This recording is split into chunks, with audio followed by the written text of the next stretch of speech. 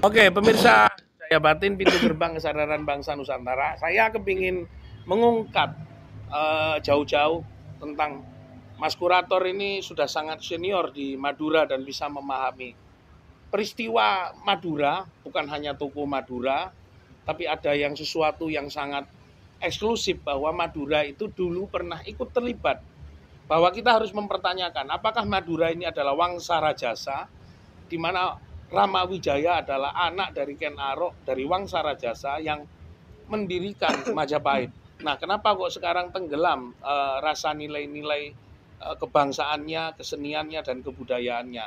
Nah, Madura dicatat oleh beberapa kitab sebagai orang yang berpartisipasi secara luar biasa dalam menciptakan peradaban. Nah, kesenian sekarang kan, mohon maaf, ini ada satu yang dicatat oleh dunia adalah keris Aeng Tong Tong. Itu tidak lepas dari seni rupa, itu bukan seni tari.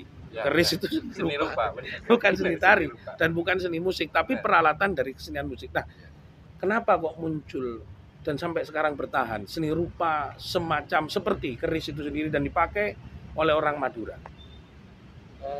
Satu hal yang saya lihat tentang perkembangan keris, jika dahulu keris itu dianggap sebagai karya kerajinan, tapi 5 tahun terakhir ada seorang empu perempuan di Sumeneb itu yang menampilkan keris sebagai sebuah karya kriya, yang ditampilkan juga sebagai sebuah karya seni rupa. Yang barusan kemarin di Sudarjo itu IKA itu pameran tentang aksara Jawa kuno, itu dengan diekspresikan lewat keris tersebut. Beliaunya itu sudah keliling ke berbagai wilayah di Indonesia untuk pameran keris, bukan sebagai karya kerajinan, tetapi sebagai sebuah karya seni rupa yang ada dulu. Jadi kalau dikatakan berkontribusi sampai sekarang di dunia kontemporer, keris itu masih berkontribusi. Di masyarakat tradisional itu dia jadikan, kalau kata orang Madura, sebagai keman, pegangan, tetapi bagi anak-anak Madura di saat sekarang itu menjadi sebuah eksplorasi dari sebuah karya seni rupa yang bisa menyesuaikan dengan kondisi zaman sekarang. Bukan hanya sekedar keman, bukan sekedar gaman, tetapi juga sebuah karya visual yang bisa dijadikan sebagai pajangan. Itu kan 3 dimensinya. 3 dimensinya adalah keris. Nah, 2 dimensinya sekarang kalau melihat sekarang dengan perkembangan Madura yang sangat sangat kultural, sangat spiritual. Di 2 dimensi kita misalnya di Sumeneb. Di Sumeneb itu sudah mengusulkan ke UNESCO sebagai kota keris. Karena jumlah empu yang paling besar di seluruh dunia ada hanya di Madura. Jadi di 2 dimensinya di Sumeneb itu banyak motif-motif keris di dalam batik. Batik ya. Kalau di Sampang itu motif tombak Trunojoyo itu diaplikasikan ke dalam Trunojoyo ya. Trunojoyo di Sampang ya.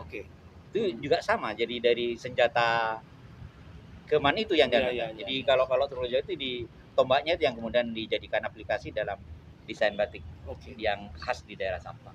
Nanggala itu kan senjatanya Siwo Manduro, itu lebih muncul ada di mana? Bangkalan, Sampang, Pamekasan, Sumeneb. Nanggele itu kalau saya melihatnya di sisi yang lain, di Madura itu ada alat untuk bertani. Iya, betul. Alat bertani itu dengan menggunakan nanggele itu. Itu kan untuk mengemburkan tanah. Itu yaitu di aplikasi dalam kehidupan masyarakat itu yang digunakan. Kalau dalam simbol-simbol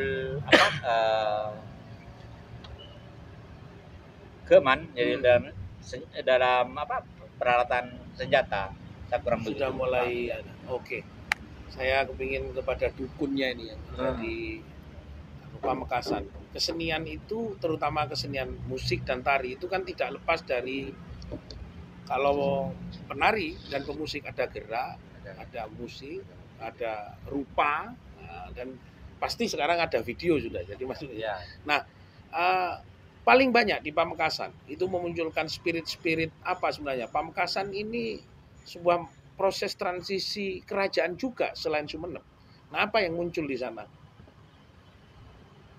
Kalau saya melihat pribadi dari situs-situs lah, ada situs-situs. kayaknya masih kalau bagi saya ya yang teranu mak masih situnya Ronggo Sukowati ya. Ronggo Sukowati di daerah mana itu? Di daerah Kolpaju. Ronggo Sukowati. Tapi saya pribadi Mas ya mohon maaf dulunya ya. Untuk sejarahnya saya kurang iya. Gitu ya. Spiritnya aja yang diambil ya. Tapi kalau saya sering menampilkan teater ikal itu ya, teater lakon Ronggo Sukowati itu saya jadikan kemasan sendera tari.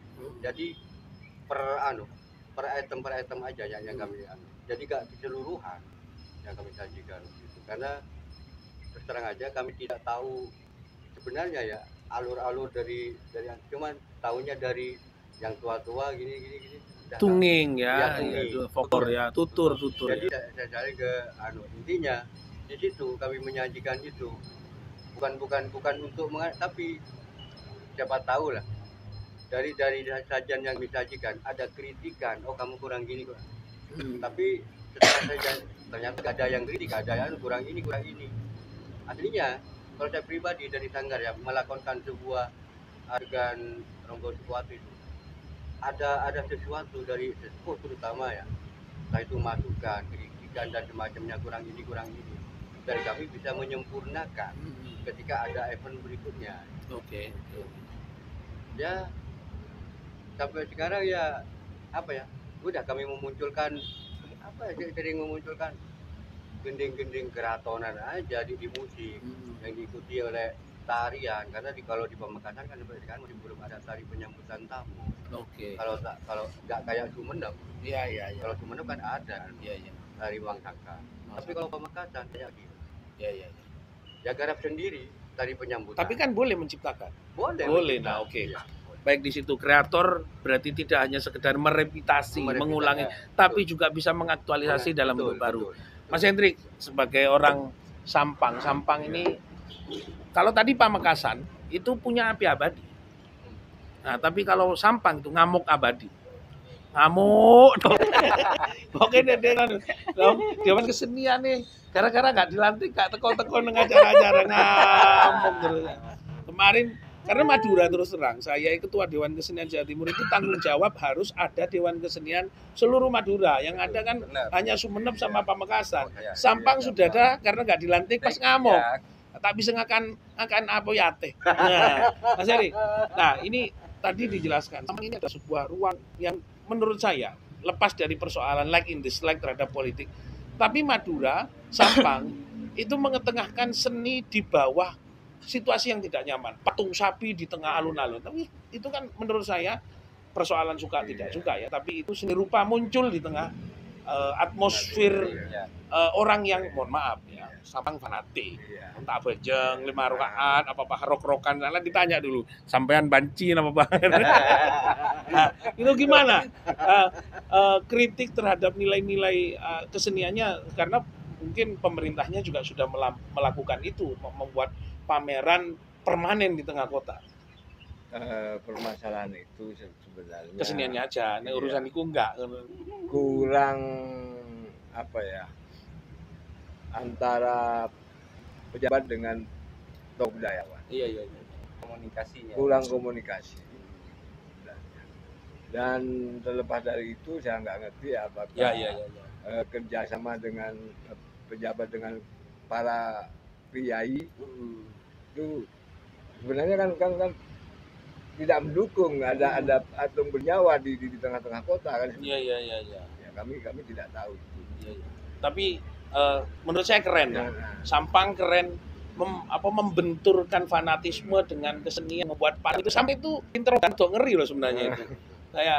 Saya appreciate lah Pak Bupati ini nabrak aturan seni rupa ditaruh secara permanen. Wong dikongkon nyembah sapi. Keren tapi sebenarnya. Makna filsafatnya tinggi karena terus di dalam nilai-nilai ajaran Hindu itu sebagai dewa ya. Tapi sebenarnya sapi itu sopo sing sapi itu diambil dari kata aksara Jawa sopo sifat ingsun kang handulisi papan kang tanpa kiblat kejaba iku eling marang ingsun sejatine ilallah, dan itu disebutkan bahwa menyimpulkan Tuhan dalam bentuk sapi. Saya juga pernah membuat sapi betina. Kayak gitu. Tapi menurut saya, nah apa yang akan dilakukan oleh teman-teman seniman Sampang terutama, jenengan nabrak juga nih Kak anu pamit kula nuwun, wah budal dhewe lan ning Surabaya pameran dengan 4 kabupaten ini. Karena gini, untuk Madura ini kami intinya silaturahmi. Intinya silaturahmi. Karena membangun jejaring itu tidak mudah. Ya, tidak mudah. Kalau kami hanya pameran di Madura saja, siapa yang mau datang gitu. Kalau kita nggak keluar, itu yang prinsipnya. Ini semuanya sebagai ketua pameran 2 dimensi cuma ada yang 3 dimensi? Nanti ada performanya. Oh iya, pertunjukan performa. Yang ada 3D apa ada nggak? Yang mungkin keris, besi, patung masih belum ya? Ya nggak apa-apa, ini kan biasa performa di chat udah menang wis tadi 3 dimensi. Oke. Kita sudah berapa menit Mas Bayu? Oh 11 ya. Saya minta Pamekasan. Ada makanan paling enak di Pamekasan dekat Pasar Sapi itu. Apa namanya? Nasi usus. Nasi usus. Oh, namanya apa? Hah? Saya tidak terlalu. Lah itu malah kemarin kita dari Surabaya. Iya. Cuma yang paling ciri khas. Iya, ciri khas di Pamekasan apa itu? Kulinernya itu campur lorsu. Campur lorsu. Oh. Jadi kebetulan di Rujak. tempat bukan campur. Campur. Kebetulan itu menjadi ciri khas di kota, terutama di kota di Kecamatan Pademau. Kebetulan di tempat saya. Iya. Jadi apalagi masyarakat di kota kalau apa acara atau libur itu mengajak keluarganya untuk pergi lorju itu. Paling banyak ya di sana? Paling banyak. Pinggir laut berarti ya. Pinggir laut. Iya, pinggir lorju. Oke. Nah, lorju itu hidupnya di laut. Iya, nggak mungkin di darat ya. Ngomong situ itu angel, malah kan biar aku mau kenal kan. Mas, ngomong-ngomong Pamekasan itu terutama ya, saya sering datang ya. Memang masyarakatnya Islami ya, masyarakatnya. Tapi saya melihat di pinggir Pamekasan di luar kota orangnya sangat kultural, sangat spiritual walaupun tidak terlalu kaku seperti orang kota yang pakai terlalu banyak kayak gitu.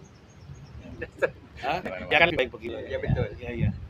Sangat kultural dan ada di sekitar Pamekasan pinggir-pinggir sangat luar biasa kebudayaannya. Secara mungkin kebiasaan sudah menjiwa kita tanam dalam kehidupan sehari-hari, meskipun terutama di daerah Sampang terkenalnya di Pamekasan pendidikan di situ terlepas dari apa rakyat masyarakat di sana yang senang berkomunikasi antar. Di situ tercipta kebiasaan yang tidak dia sadari, menjadi satu budaya yang terbentuk. Gitu. Oke, Pamekasan, Sampang, Bangkalan dan Sumeneb menyimpan sebuah misteri. Nah, misterinya kita akan bahas lanjut nanti segmen sedikit terakhir untuk segmen ketiga. Kita matiin dulu, ketemu lagi dengan Podo Joyonyo TV.